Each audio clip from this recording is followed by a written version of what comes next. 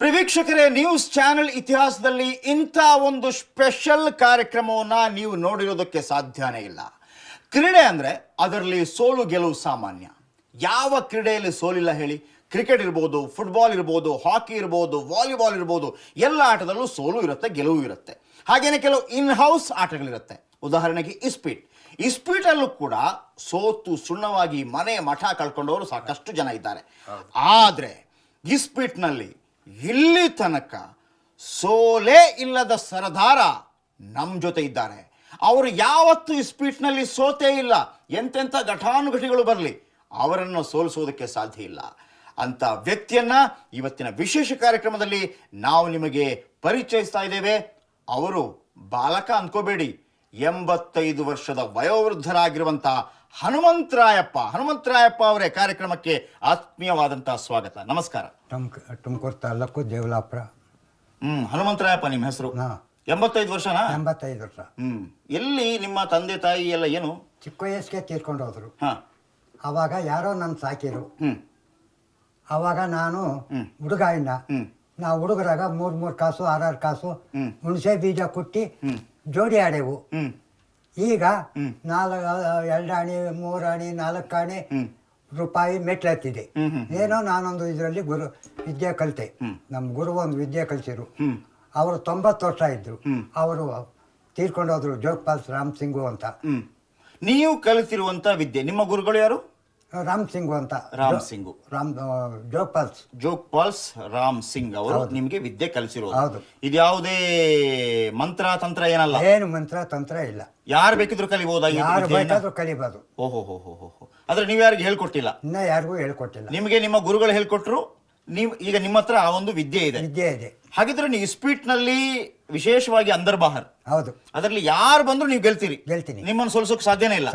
Challenge. ನಾನು ಕೆಲವರನ್ನು ಇವತ್ತು ಕರೆಸ್ತೀನಿ. ಹನುಮಂತರಾಯಪ್ಪ ಅವರೇ, ಕರ್ಸಿ ಸರ್. ಸೋಲಿಸ್ತೀರ ಅವರನ್ನ? ಸೋಲಿಸ್ತೀನಿ ಸರ್. ನೋಡಿ, ಹನುಮಂತರಾಯಪ್ಪ ಅವರ ಕಾನ್ಫಿಡೆನ್ಸ್ ಇದು ಒಂದು ಇಸ್ಪೀಟ್ ಪ್ಯಾಕೆಟ್. ನಾನೀಗ ಅದನ್ನು ಓಪನ್ ಮಾಡ್ತೀನಿ. ಬನ್ನಿ. ಈಗ ಈ ಎಲೆ ಏನಿದೆ, ಇಲ್ಲಿಂದ ನಮಗೆ ಯಾವುದಾದ್ರೂ ಎಲೆಯನ್ನು ಕಂಡುಹಿಡಿಯೋದಕ್ಕೆ ಸಾಧ್ಯ ಇದೆಯಾ? ಖಂಡಿತ ಸಾಧ್ಯ ಇಲ್ಲ. ಆದರೆ ಈ ರೀತಿ ಇದ್ಯಾವುದು ಅನ್ನೋದನ್ನ ಈ ಕಡೆಯಿಂದ ನೋಡಿ ಹೇಳುವಂಥ ಚಾಕಚಕ್ಯತೆ ಹನುಮಂತರಾಯಪ್ಪನವರಿಗಿದೆ. ಬನ್ನಿ, ಆ ಚಾಕಚಕ್ಯತೆಯನ್ನು ಒಮ್ಮೆ ನೋಡೋಣ. ಒಂದು ರೀತಿಯಲ್ಲಿ ಖಂಡಿತವಾಗ್ಲೂ ಇದು ಯಾವುದೇ ರೀತಿಯ ಜುಗಾರಿ ಅಲ್ಲ. ಇವರೊಂದು ಕಲೆಯನ್ನು ನಿಮಗೆ ಪರಿಚಯಿಸಬೇಕು ಅನ್ನೋಂಥ ಉದ್ದೇಶದಿಂದ ಹನುಮಂತರಾಯಪ್ಪನವರು ತಗೊಳ್ಳಿ. ಇದು ಅದರಲ್ಲಿ ಬರುತ್ತೆ ಸರ್. ಬರುತ್ತೆ. ಇದು ಬಡ ಮಕ್ಕಳು ಇದನ್ನ ಕೈ ಹಿಡಿಬಾರ್ದು ಸರ್. ಶ್ರೀಮಂತರ ಮಕ್ಕಳು ಬಡ ಹೋಗಿ ಎಲ್ಲಿ ಬೇಕಾದ್ರೂ ಆಡ್ಬೋದು, ಕಳಿಬಹುದು, ದುಡಿಬಹುದು. ಅದು ದೈವತ್ನ. ನೋಡಿ, ಹನುಮಂತರಾಯಪ್ಪನವರ ಒಂದು ಕಳಕಳಿ ಏನಂತಂದ್ರೆ, ಖಂಡಿತವಾಗ್ಲೂ ಈ ಒಂದು ಶೋ ಯಾಕೆ ಮಾಡ್ತಿದೀವಿ ಅಂತಂದ್ರೆ, ಇವರ ಒಂದು ಚಾಕಚಕ್ಯತೆಯನ್ನು ತೋರಿಸುವುದಕ್ಕೆ, ಕೈ ಚಳಕವನ್ನು ತೋರಿಸುವುದಕ್ಕೆ. ಖಂಡಿತವಾಗ್ಲೂ ಮಕ್ಕಳು ಯಾರು ಕೂಡ ಇದಕ್ಕೆ ಬಲಿ ಬೀಳಬಾರದು. ಅದರ ಚಾಕಚಕ್ಯತೆಯನ್ನು ಕಾಣಿಸುವಂತ ಒಂದು ಇರಾದೆ ನಮ್ದು. ಅದನ್ನೀಗ ಅವರು ತೋರಿಸ್ತಾರೆ. ನಾನು ಈಗ ಕಟ್ ಮಾಡ್ತೀನಿ. ಈಗ ನನಗೆ ಬಾಹರ್ನಲ್ಲಿ ಎಕ್ಕ ಬೀಳ್ಬೇಕು. ನಿಮ್ಗೆ ಹಾಕ್ಬೇಕಾ? ನನಗೆ ಹಾಕ್ಬೇಕು ಎಕ್ಕ. ನಿಮ್ಗೆ ಹಾಕ್ತೀನಿ ಸರ್.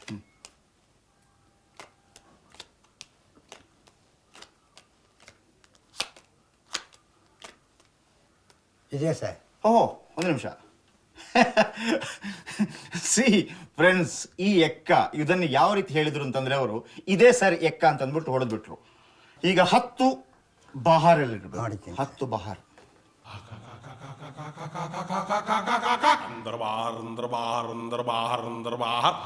ಹತ್ತು ಬಹಾರ್.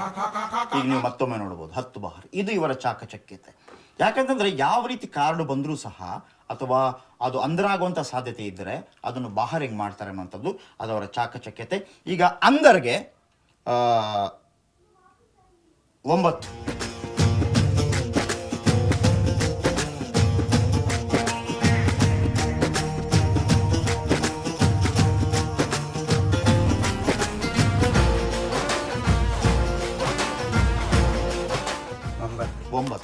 ಡೈಸ್ 9 ಹೊಡೆದಿದೆ. 9.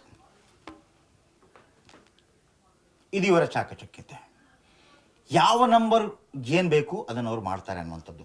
ಹಾಗಿದ್ರೆ ಯಜಮಾನ್ರೆ, ನೀವು ಆಟ ಆಡಿದಿರಿ ತುಂಬ. ಆಡಿದ್ದೀನಿ ಸರ್. ಹಾಗಿದ್ರೆ ನೀವು ಈ ರೀತಿ ಗೆಲ್ತೀರಿ ಅಂತ ಹೇಳಿ ನಿಮ್ಮನ್ನು ಆಟ ಆಡಿಸ್ತಾರೆ ಎಲ್ಲರೂ ಕೂಡ? ಅವಾಗ ಜನಕ್ಕೆ ಗೊತ್ತಿರಲಿಲ್ಲ. ಪಾರ್ಟಿಗಳಿಗೆ ಯಾರು ಬಂದು ಅದರಲ್ಲಿ ಕಷ್ಟ ಅನುಭವಿಸೋರಿಗೆಲ್ಲ ದುಡ್ಡು ಕೊಟ್ಟಿದ್ದೀನಿ. ನನಗೆ ಖರ್ಚಿ ದುಡ್ಡು ಕೊಡೋರು ಅಷ್ಟೇ ಸರ್. ಓಹೋ, ಕೆಲವರಿಗೆಲ್ಲ ದುಡ್ಡು ಕೊಟ್ಟಿದ್ದೀರಿ ನೀವು? ಕೊಟ್ಟಿದ್ದೀನಿ ಸರ್. ಅವ್ರ ಹೆಸರೆಲ್ಲ ಹೇಳಲ್ಲ ನೀವು? ಇಲ್ಲ ಸರ್. ಕೆಲವು ಜನ ಎಲ್ಲ ತೀರ್ಕೊಂಡು ಹೋದ್ರು, ಕೆಲವು ಜನ ಇದ್ದಾರೆ. ಈಗ ಎಷ್ಟು ಎಷ್ಟು ಎಷ್ಟು ದುಡ್ಡು ಅಂತ ಗೆದ್ದಿದ್ದೀರಿ ನೀವು? ಮೊದಲು ಸ್ಟಾರ್ಟಿಂಗ್ ನಲ್ಲಿ 3,000, 10,000, 15,000, ಲಕ್ಷ, 10 ಲಕ್ಷದವರೆಗೂ ಗೆದ್ದಿದ್ದೀನಿ ಸರ್. ಹೊರಗಡೆ ಹೋಗಿ ಕರ್ಕೊಂಡು ಹೋಗಿ. ಎಲ್ಲಿಗೆಲ್ಲ ಹೊರಗಡೆ ಹೋಗಿದ್ದೀರಿ ನೀವು? ಕೇರಳ ಹೋಗಿದ್ದೀನಿ, ಕಲ್ಕತ್ತಾ ಹೋಗಿದ್ದೀನಿ. ಅಲ್ಲಿಂದ ಝಾನ್ಸಿ, ಇಟಾರ್ಸಿ, ಕಾನ್ಪುರ್, ಲಕ್ನೋ, ಅಯೋಧ್ಯ, ನೇಪಾಳ, ಹಿಮಾಲಯ, ರಾಜಸ್ಥಾನ ಹೋಗಿದ್ದೀನಿ.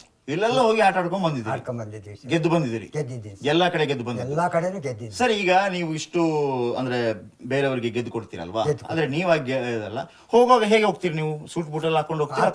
ಸಫಾರಿ ಸೂಟು ಹಾಕ್ತೀನಿ, MLE ಡ್ರೆಸ್ನು ಹಾಕೊಂಡು ಹೋಗ್ತೀನಿ. ಒಂದೊಂದ್ ಕಡೆ ಒಂದೊಂದು ಡ್ರೆಸ್ ಮಾಡ್ಕೊಂಡು ಹೋಗ್ತೀನಿ. ಕೈಗೆ ಉಂಗ್ರ ಇದಾವೆ, ಕೈ ಚೈನ್ ಹಾಕ್ಯಂತೀನಿ, ಕುತ್ತಿಗೆಗೆ ಚೈನ್ ಎಲ್ಲ ಹಾಕ್ತೀನಿ. ಈಗ ಅದನ್ನೆಲ್ಲ ನಿಮ್ಗೆ ಈಗ ನೀವೊಂದು ಆಟ ಆಡ್ಲಿಕ್ಕೆ ಹೋಗುವಾಗ ಅವರೆಲ್ಲ ನಿಮ್ಗೆ ಹಾಕಿಸಿರ್ತಾರೆ, ನಿಮ್ದಲ್ಲ ಅದು. ನಿಮ್ಮ ಹತ್ರ ಯಾರು ಆಟ ಆಡಿಸ್ತಾರೋ 10 ಲಕ್ಷ 5 ಲಕ್ಷ ಇಟ್ಟು ಯಾರು ಅವ್ರಿಗೆ ಯಾರಿಗೆ ನೀವು ಗೆಲ್ಲಿಸ್ಕೊಡ್ತೀರೋ ಅವ್ರು ನಿಮ್ಗೆ ಹಾಕಿಸ್ತಾರೆ. ಅದನ್ನ ವಾಪಸ್ ತಗೊಳ್ತಾರ ಆ ಚಿನ್ನ ಇದನ್ನೆಲ್ಲ, ಅಥವಾ ನಿಮ್ಗೆ ಕೊಟ್ಟಿದಾರ? ವಾಪಸ್ ಕೊಟ್ಬಿಡ್ತೀನಿ. ಅವ್ರು ಮಾಡಿಸಿ ಹಾಕೊಂಡು ಹೋಗ್ತಾರೆ, ವಾಪಸ್ ಕೊಟ್ಬಿಡ್ತೀನಿ. ಹಾಗಿದ್ರೆ ನಿಮ್ಗೆ 1 ಲಕ್ಷ ಗೆದ್ರೆ ಎಷ್ಟು ಕೊಡ್ತಾರೆ? ನನಗೆ 20,000 ಕೊಡ್ತಾರೆ ಸರ್. ಹೆಚ್ಚು ಅಂದ್ರೆ ಎಷ್ಟು ತಗೊಂಡಿದ್ದೀರಿ ನೀವು? ಅಷ್ಟೇ ಸರ್. 20,000 ನಿಮ್ಮ ಜೀವಮಾನದಲ್ಲಿ ತಗೊಂಡ ಲಕ್ಷ ಗಟ್ಟಲೆ ನೀವು ಗೆಲ್ಸ್ಕೊಟ್ಟಿದ್ದೀರಿ ಸರ್. ಹಾಗಿದ್ರೆ ಇವರು ಇಸ್ಪೀಟ್ ರಾಜ ನನ್ನ ನೀನು ಗೆಲ್ಲಲಾರೆ ಅಂತೇಳಿ ಒಂದು ಚಾಲೆಂಜ್ ಮಾಡ್ತಾ ಇದ್ದಾರೆ. ಹಾಗಿದ್ರೆ ಇವರಿಗೆ ಚಾಲೆಂಜ್ ಮಾಡೋರು ಯಾರು? ಇವ್ರ ತರಾನೇ ಇಸ್ಪೀಟ್ ಆಡೋರೊಬ್ರು ಬೇಕಲ್ವಾ? ಹಾಗಿದ್ರೆ ಇವರು ದಾಖಲೆಗಳ ವೀರ. ಹಾಗಾಗಿ ಇನ್ನೋರ್ವ ದಾಖಲೆ ವೀರ ನಮಗೆ ಗೆಸ್ಟ್ ಆಗಿ ಬರ್ತಾರೆ. ಅವರು ಚಿತ್ರಲೋಕ.com ವೀರೇಶ್. ನಮ್ಮ ಹನುಮಂತರಾಯಪ್ಪ ಅವರು ನನ್ನ ನೀನು ಗೆಲ್ಲಲಾರೆ ಅವರ ಚಾಲೆಂಜ್ ಅನ್ನ ವೀರೇಶ್ ಅವರು ಎದುರಿಸ್ತಾರೆ ಅನ್ನುವಂಥದ್ದು. ಈಗ ಒಂದು ಪುಟ್ಟ ವಿರಾಮದ ನಂತರ ಮತ್ತೊಮ್ಮೆ ನಾವು ಕಾರ್ಯಕ್ರಮವನ್ನು ಆರಂಭಿಸೋಣ. ಹೆಸರು ಇಸ್ಪೀಟ್ ರಾಜ ನನ್ನ ನೀರು ಗೆಲ್ಲಲಾರೆ.